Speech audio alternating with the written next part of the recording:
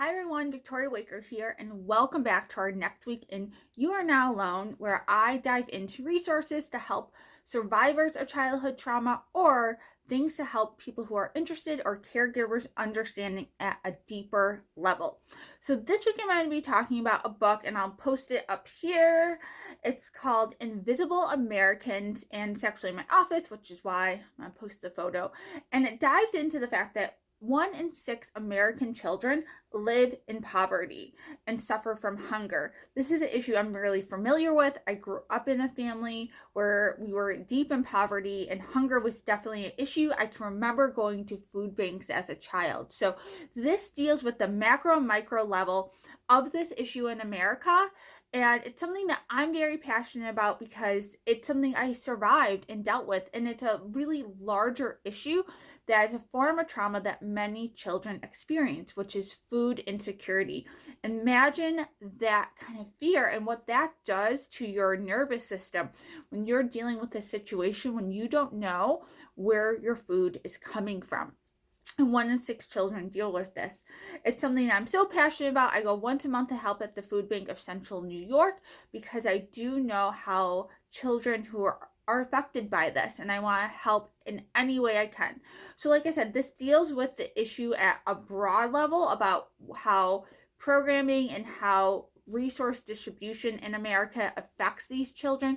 But what I love about it is he really focuses on the children, right? Because we can say as much as we want to about the situations that cause adults to be into poverty or the reasons why, but a child is innocent in all this. And so how can we help ensure that children have the proper nutrition, one, to grow and be healthy, because your food does that for you, and how much food and the quality of food you have does that, but also to ensure that they don't get into the cycle of their nervous system feeling so fearful and so scared about where their food is coming from, which has, as we all know, lifelong lasting effects on that child, even into adulthood, as does the nutrition aspect.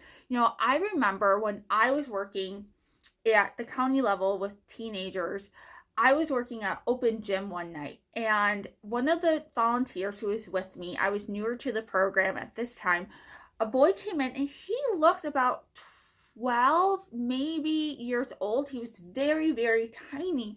And she told me, no, he's actually 17.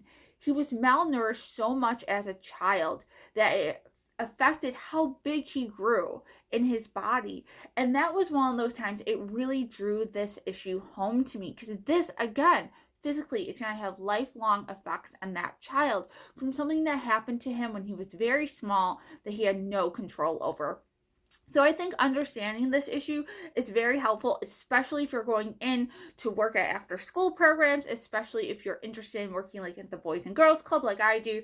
It's a wonderful resource just to understand these issues. And I also think he gives great concrete steps any American can take to try to help ensure that these invisible Americans, these very, very important part of our country, that 1 in 6 that are suffering from hunger, are remembered and helped to grow. Thanks so much for tuning in this week, and I'll see you back next. Bye for now.